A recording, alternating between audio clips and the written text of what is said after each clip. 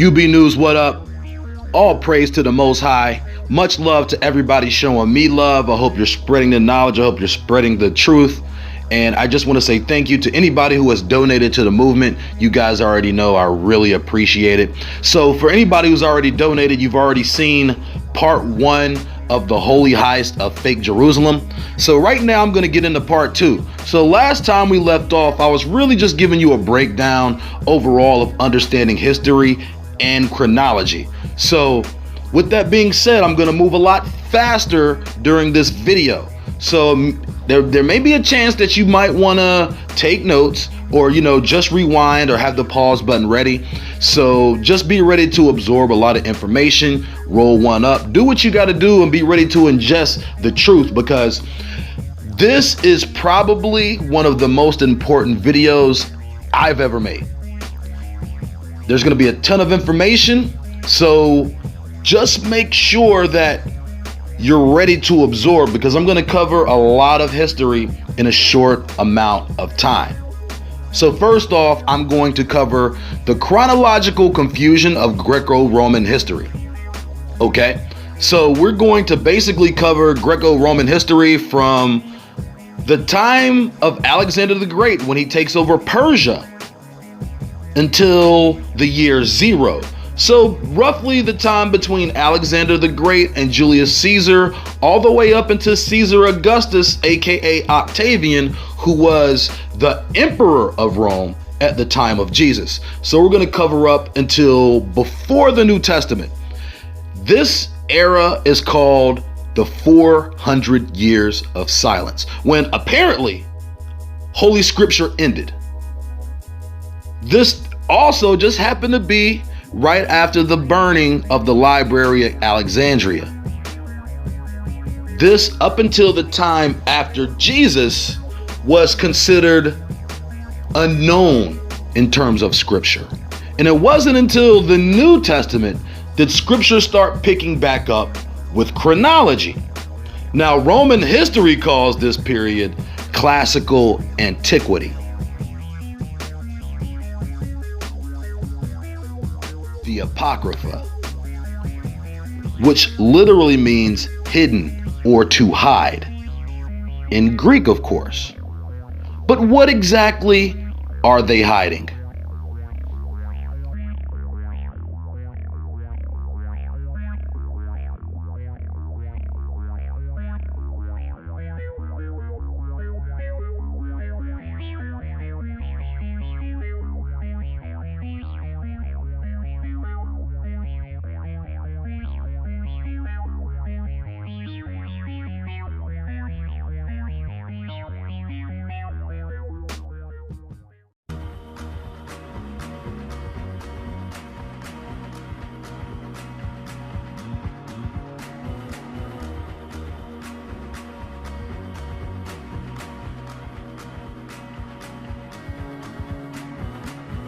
Look, the days will come when those who live on earth will be seized with great terror. The way of truth will be hidden, and the land will be barren and devoid of faith. Injustice will be multiplied beyond what you yourself see and beyond what you have heard of formerly. The land that you now see holding sway will have no one left to walk upon it, and people will see it desolate. But if the Most High grants that you live, you will see it thrown into confusion after the 3rd period of time. The sun will suddenly start shining by night and the moon by day. Blood will drip from wood and stones will speak out. Peoples will be troubled and natural courses will be changed. A person no one on earth expected will come to power, and birds will migrate together. The Sea of Sodom will cast up fish. It will utter sounds in a voice that many don't know, but all will hear its voice. Chasms will open up in many places, and fire will be shot forth frequently. Wild beasts will roam beyond their territory, and women will give birth to monsters. Salt waters will be found in sources of fresh water. Friends everywhere will begin to fight each other. Reason will be hidden, and intelligence will go into hiding. Many will look for it, but they won't find it. And injustice and lust will be multiplied on earth.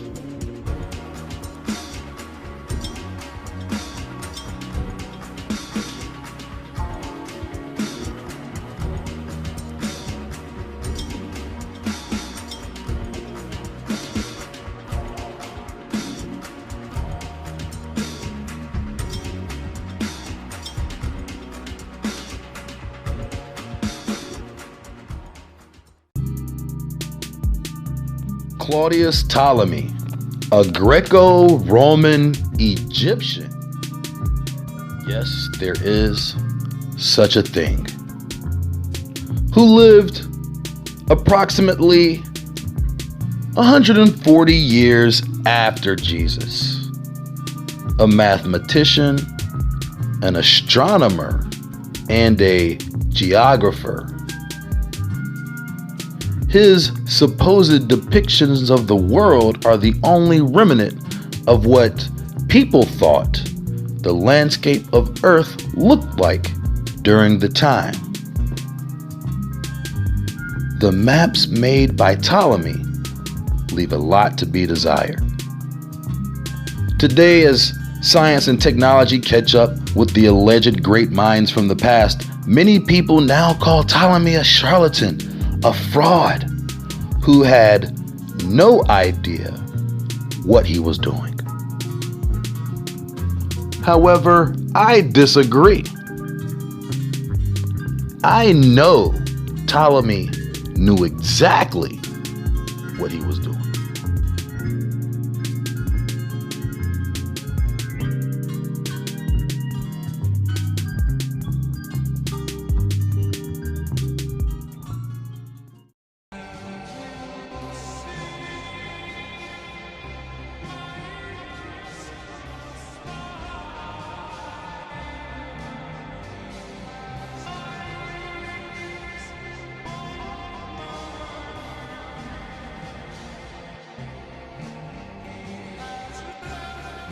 On the second night, I had a dream.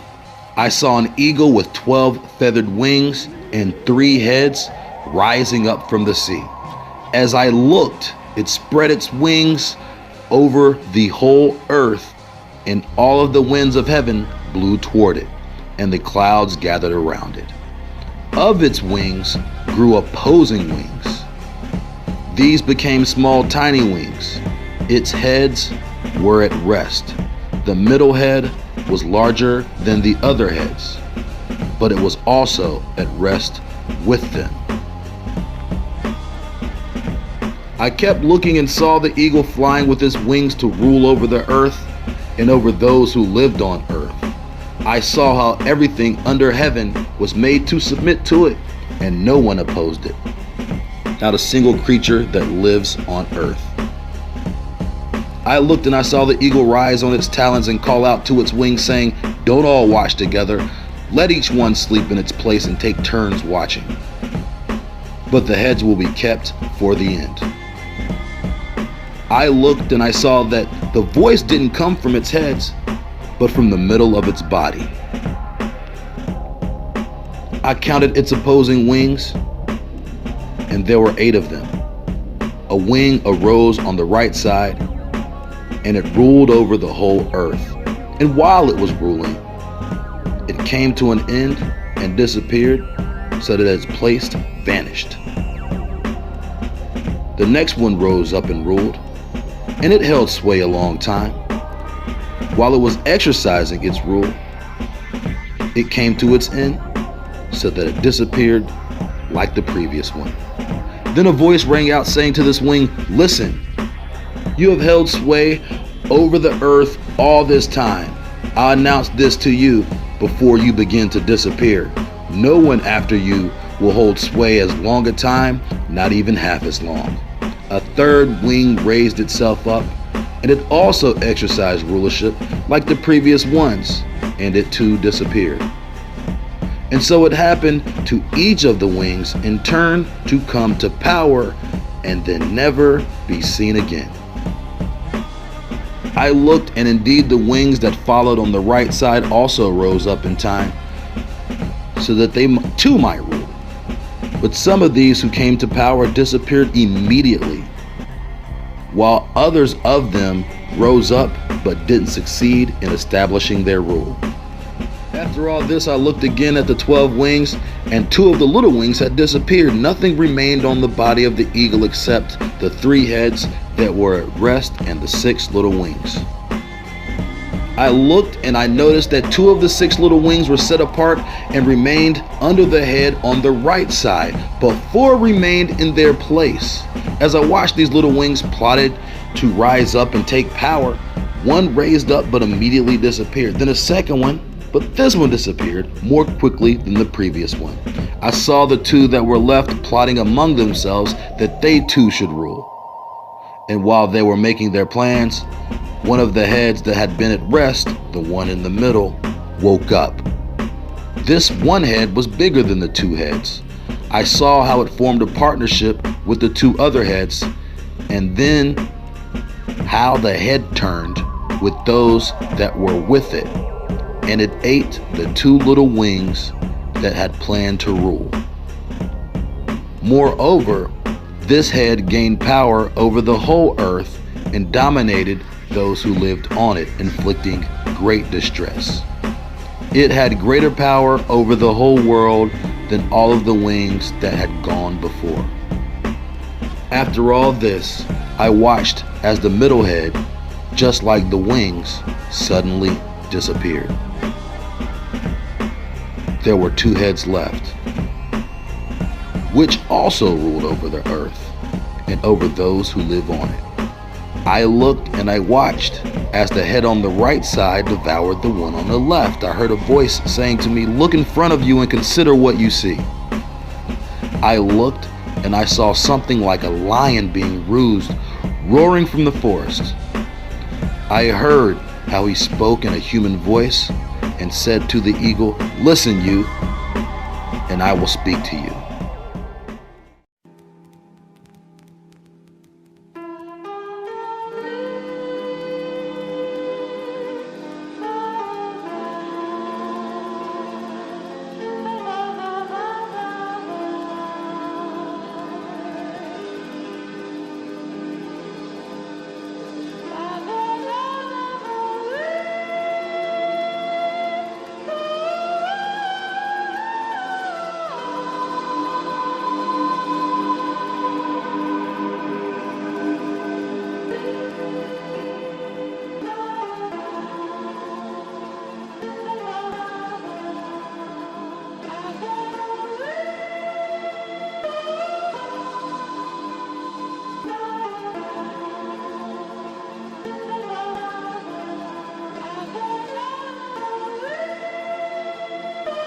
Okay guys, I'm going to show you a Strabo map. Now this Strabo map here predates the Ptolemy map.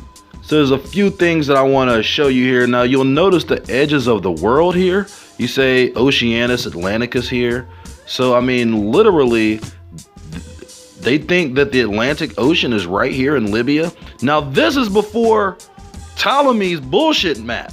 Now we've already indicted Ptolemy. Well, it just so happens that Strabo lived during the time of Jesus. But what do you notice right here? What's not there? Now I see Alexandria there, but what is supposed to be right there? Because Alexandria has been here for generations. Is there any real notification in scripture about the proximity of Alexandria and Jerusalem? I'm curious. Because once we look here, you see Scythia, you see this place called Ariana, okay. Then, okay, we see the Caucasus Mountains there. You see Scythia, right? You see Libya, which is what they called Africa. You see Carthage right there. And you see, Ethiopia and Egypt, and we know that AE, like the Aegean Sea, that's Greek. So we know at this point, Egypt is Greek. But what do we also see? I mean, look at this. As you see, we see land has been cut. So at this point, we know for a fact, even before Ptolemy, that this land this map has already started to be compromised. I mean, what is this bullshit? What are these lines out here? What is this? What are these lines? So you mean to tell me they didn't discover anything past here? They think this is the fucking Atlantic Ocean? Right? They think this is a sea here? Meanwhile, shit. Meanwhile, the oldest cities in the world reside here. I don't see Jerusalem. I don't see Jericho. I don't see Damascus. Is that supposed to be Damascus? I think that's too far north to be Damascus. Maybe it's Damascus. Is that Damascus? I don't know. I don't think that's Damascus, right? It says Issus. Where's Damascus? I don't see Damascus, Jerusalem. I don't see any of that on this map. Now, this map dates from the time of Jesus. During the time of Jesus. So, where the fuck is Jerusalem? Where's Judea? So if you're not going to show Jerusalem, you would at least show Judea. I don't see Judea here. I mean, real talk. Maybe, is that supposed to be Syria? I mean, I see Asia. These are all things that we know now. We can just see the deception. I mean, look at this. They knew that they couldn't hide Britain outside the circle because they already knew that they discovered that shit. So they're like, oh, okay, we gotta keep Britain in the circle. They want you to be convinced that they haven't even discovered parts of Europe yet. They haven't even seen fucking China. So China is west. China's over here, right? That's India. Where's China? There's a big question over here in Asia. Well, the Asians probably just not buying the bullshit for one. So think about that. You got China over there. So this map is from Strabo in circa the time of Jesus. And you can see right here, you can see Alexandria. But this map doesn't depict Jerusalem, doesn't depict Damascus. You don't see any of that. But we also know that those are the oldest inhabited cities in the world. Apparently. But where are they? Where are they? And this was a few generations? This is a Strabo map.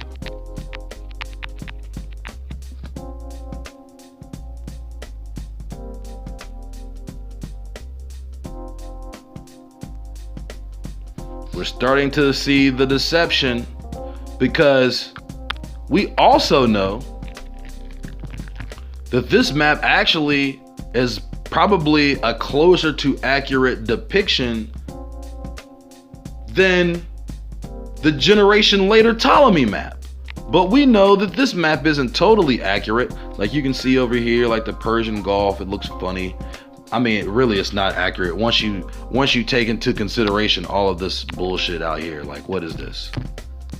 But this is because they were able to hide shit like this. Like, hiding these maps allowed them to hide half the world.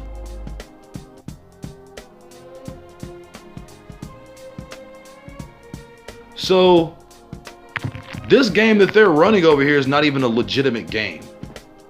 It's all part of the Hegelian dialectic. But guess what? We found out now. We're in the age of wisdom.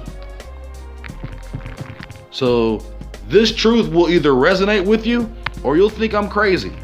And if you think I'm crazy, good. Fuck out of here.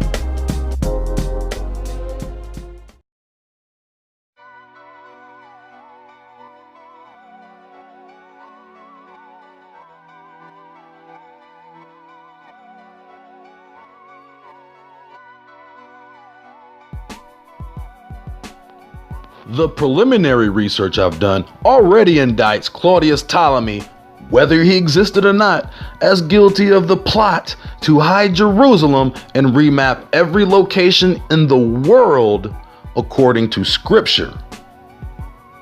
Now, with the help of some researchers who cared enough to investigate so deeply into Ptolemy's work, I will now present tangible evidence of Ptolemy's role in the Holy Land heist of fake Jerusalem. I'll first read passages written by different researchers who are extremely critical of Ptolemy, and then I will break down the deception behind his world map. But first, I just want to take a second to thank the diligence of the pale-faced Gentiles, without which I could not have learned this very important information so I can apply it in the proper context. These guys are extremely smart, but this truth is not for them. And that's what makes this information so compelling, because most of the people and places we are getting this information from ultimately oppose the truth, because deep inside, these lies lead them to acknowledge who they truly are.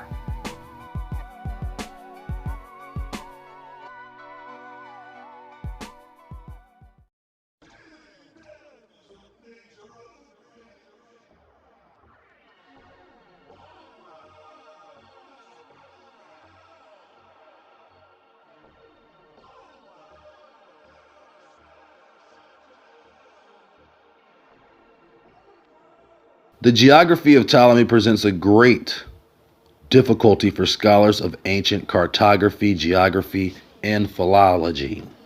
Philology? Okay.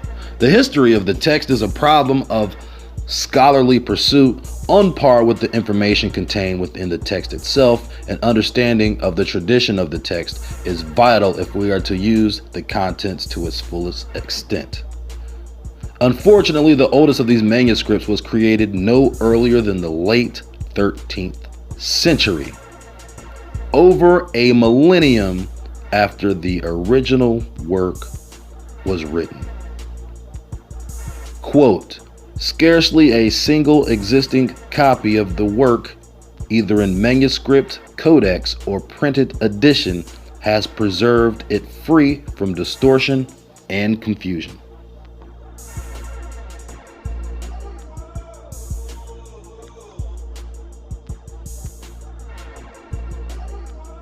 The manuscripts that come down to us today belong to one of two different family trees.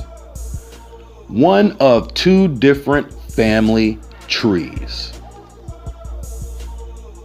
The 46 manuscripts in existence are descendants of one or both of these lines. The nature of such errors point to a manuscript that utilized capital letters. Minuscule was not utilized until the 10th century. It is possible that this missing link could have been written as far back as late antiquity. Did Ptolemy have a map of the world in front of him from which he wrote the text? Did Ptolemy create world and or regional maps based on his text? Or did the maps come later, produced by a student or reader of Ptolemy's text? Ptolemy's work probably originally came with maps, but none have been discovered. Instead, the present form of this map was reconstructed from Ptolemy's coordinates by Byzantine monks, shortly after 1295. So, Byzantine monks, Rome.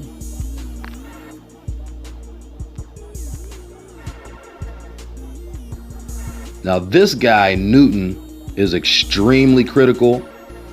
So I'm going to read a few excerpts from an article that has some quotes from his book about Ptolemy. Newton checked Babylonian, Assyrian, Persian, Arab, and European medieval reports. But those of Ptolemy almost never got in agreement with certain knowledge we have about planetary orbits. I don't really know what that means because, I'm a flat earther. And this Newton who I'm referring to is an author of a book who was critical of Ptolemy. It's not Sir Isaac Newton. It is an author who wrote a book about Ptolemy. Newton found that Ptolemy had most of his observation data not observed but calculated to fit his theory. Newton's final summary: all of his own observations that Ptolemy uses in syntaxis are fraudulent so far as we can test them. Many of the observations he attributes to other astronomers are also frauds that he's committed. The forgery of observations was confirmed by several other historians. So Newton's finds are not controversial, but Newton called Ptolemy a fraud and a hoaxer. His writing of the syntaxis has caused us to lose much of the genuine work in Greek astronomy.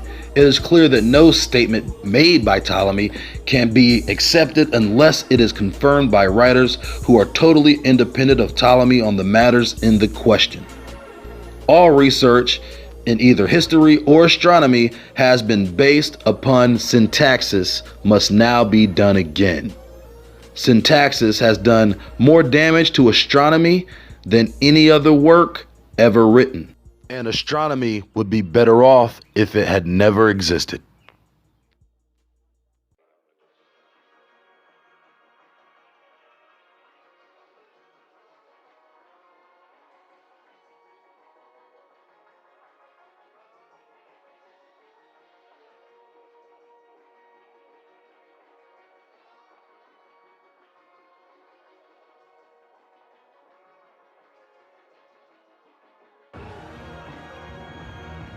Thus, Ptolemy is not the greatest astronomer of antiquity, but he is something still more unusual. He is the most successful fraud in the history of science.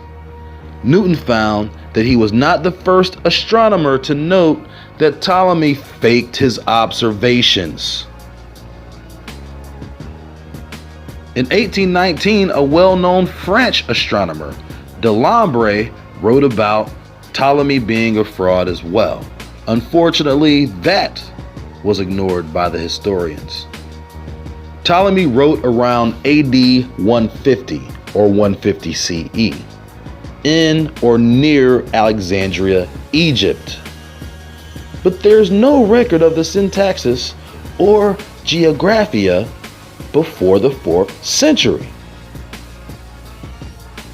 But we have no record, no mention of Ptolemy himself before the 4th century. This odd situation gets another strange twist by the quality of his work. So the errors of Ptolemy's theory were visible with a simple instrument already available during his lifetime. The error was over 100 times beyond the observation limit. It is not possible that no classical science after him noted that. Ptolemy could not predict the most impressive celestial event. He could only predict the time for lunar and solar eclipses, much like the Babylonians long before him. Elsewhere, Newton granted Ptolemy still to be a mediocre astronomer, but someone with even basic astronomical knowledge would know that every observation has some error. To give the exact calculation values as observation makes it visible as fraud. It may not be so visible for modern historians untrained in Greek calculations, but how could such a fraudulent work survive from the 2nd century to the 4th century without exposure?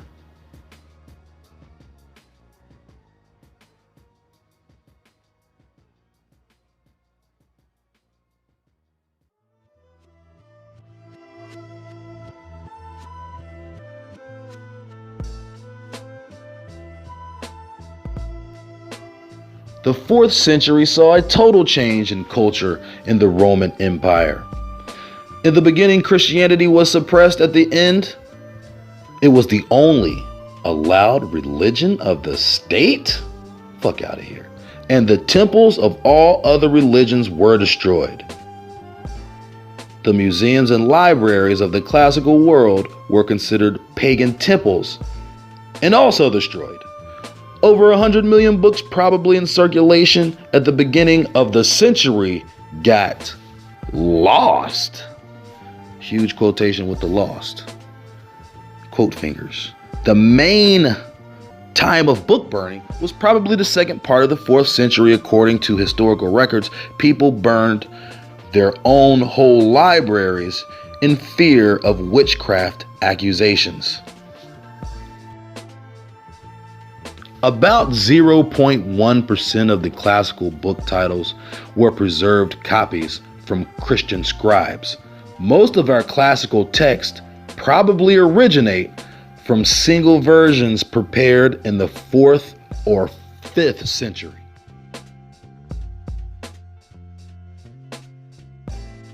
Hypatia of Alexandria, the daughter of Theon, probably not Theon Greyjoy, was a very capable mathematician and astronomer.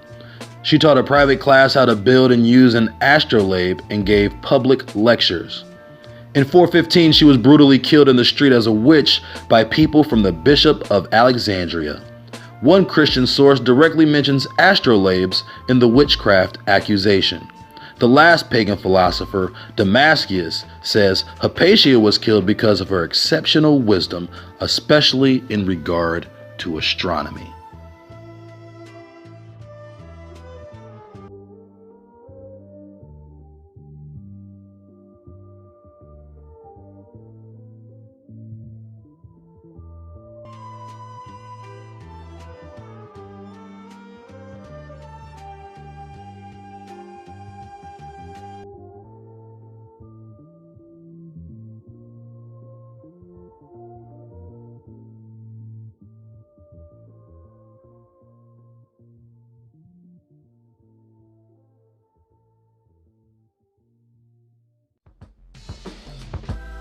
This is a very important piece of evidence. Papyrus Rylands 522, a single 113 by 117 millimeter sheet acquired in 1917. It contains on one side a list of cities with longitude and latitude. Roberts published this papyrus in 1938 and was of the opinion that both sides of the papyrus were Ptolemaic in origin. He presented the opinion to Ho nigga, whatever this nigga name is, that such city lists predate Ptolemy. Ptolemy himself stated that he used cities' latitude data from Hippocarius. I want to say this again. Ho nigga states that such city lists predate Ptolemy.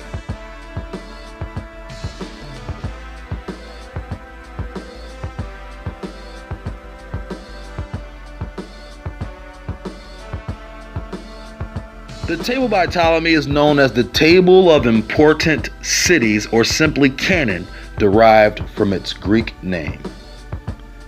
Ptolemy put a version of his canon in the Almagest and Book 8 of the Geographia with 360 entries. It's like a short version of the 8,000 place coordinates in the Geographia main table, books 2 to 7.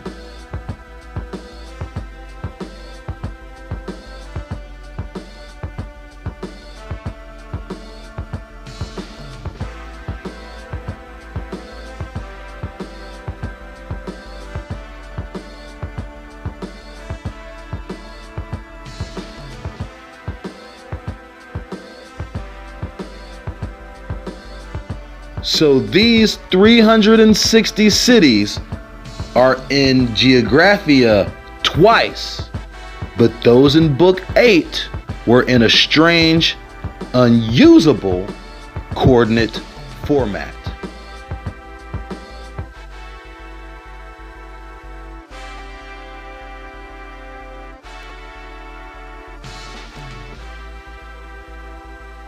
The Geographia denies the reader crucial knowledge already available when it was written.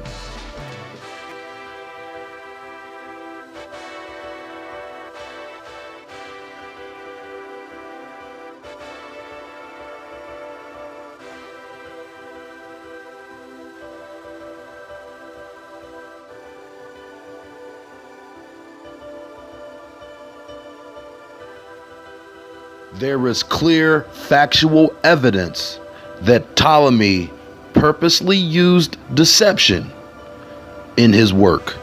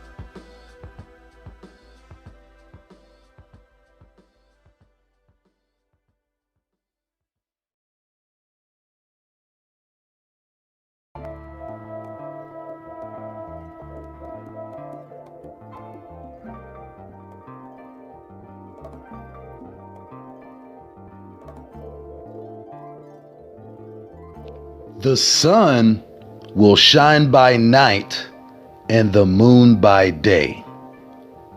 That part really makes me reflect.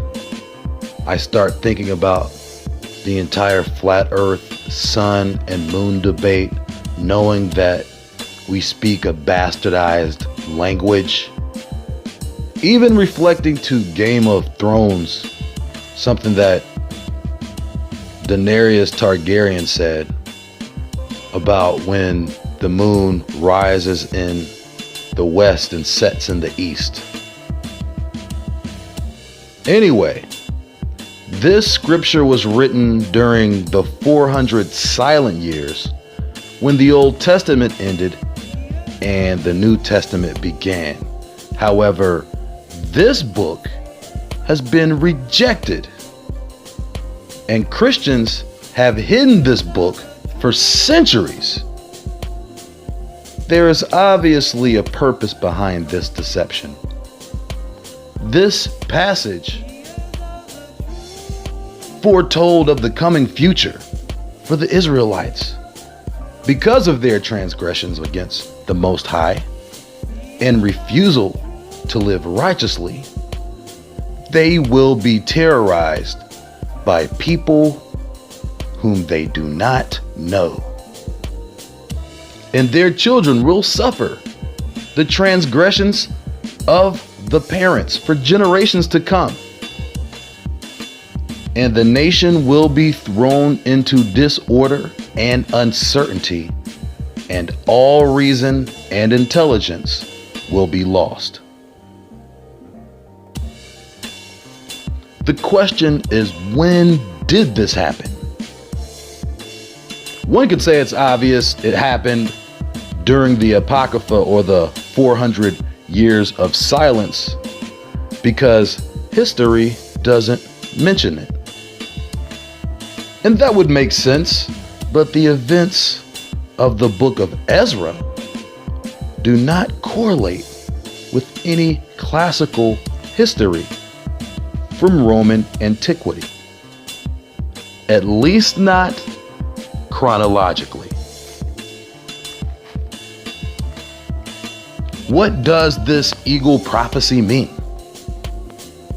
As stated in the text, this eagle has wings that cover half the earth with terror while the heads sleep. Once a wing rules for a span of time, it disappears, and another wing covers the earth to rule for another span of time, and then it disappears.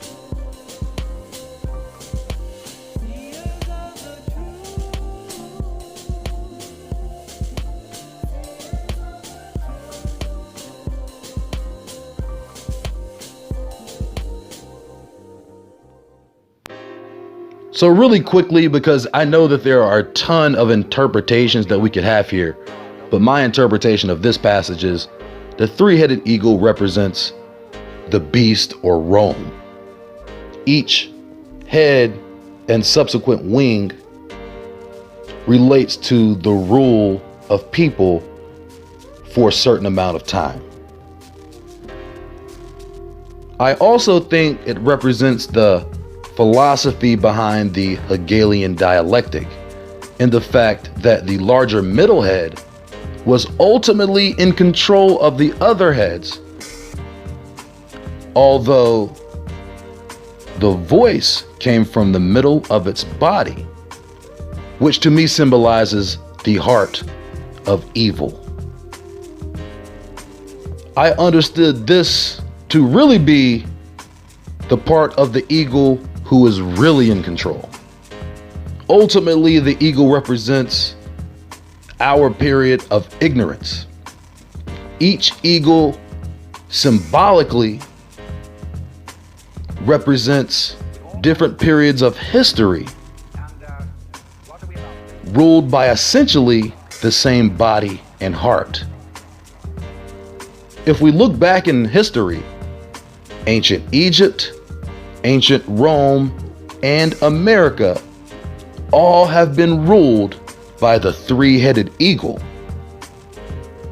And the supposed days of classical antiquity are probably not as far behind us as some historians want you to believe.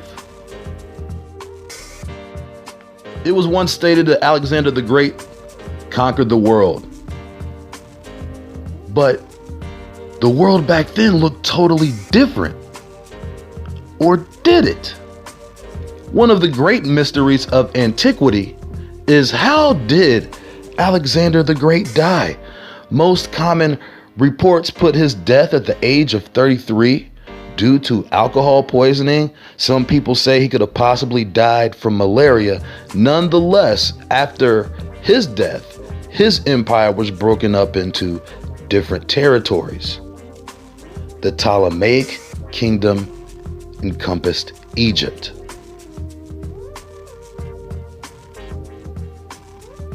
Here's the big hustle. And it comes from a few different places.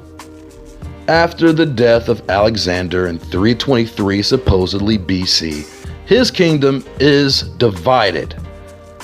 During this time is the beginning of the Apocrypha. And we have to read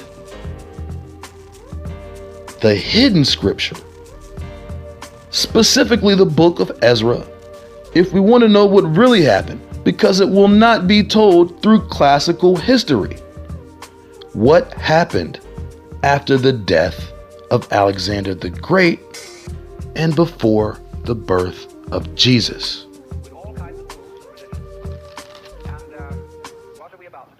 With our eyes firmly fixed on Jerusalem, we are beginning to clearly see the deception.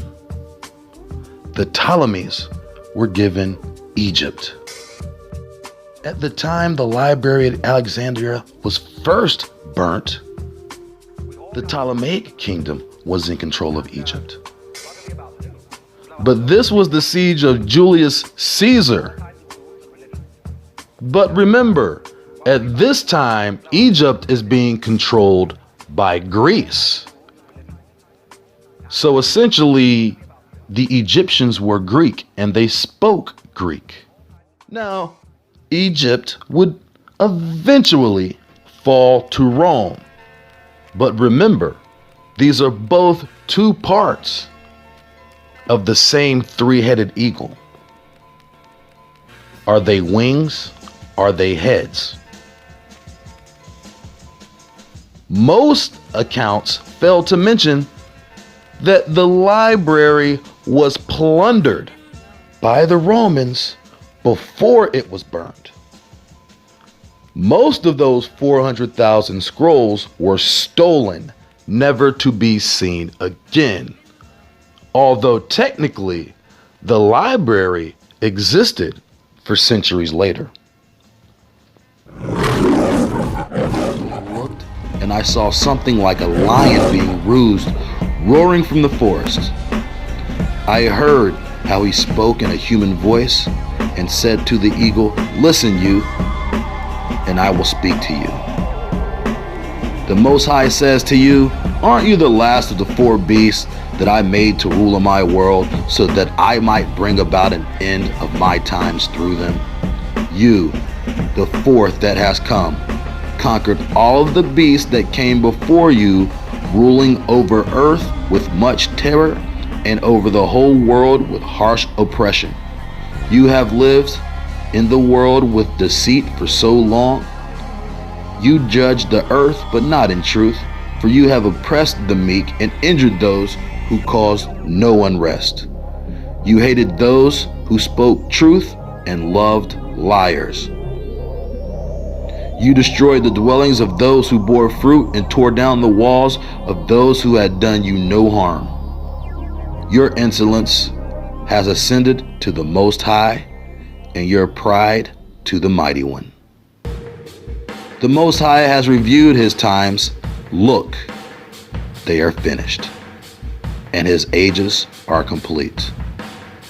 Therefore, eagle, you must utterly vanish, and your terrifying wings, and your dreadful little wings, and your evil heads, and your dreadful talons, and all your worthless body. Then the whole earth will be refreshed and restored, set free from your violence, and will hope for the judgment and mercy of him who made it.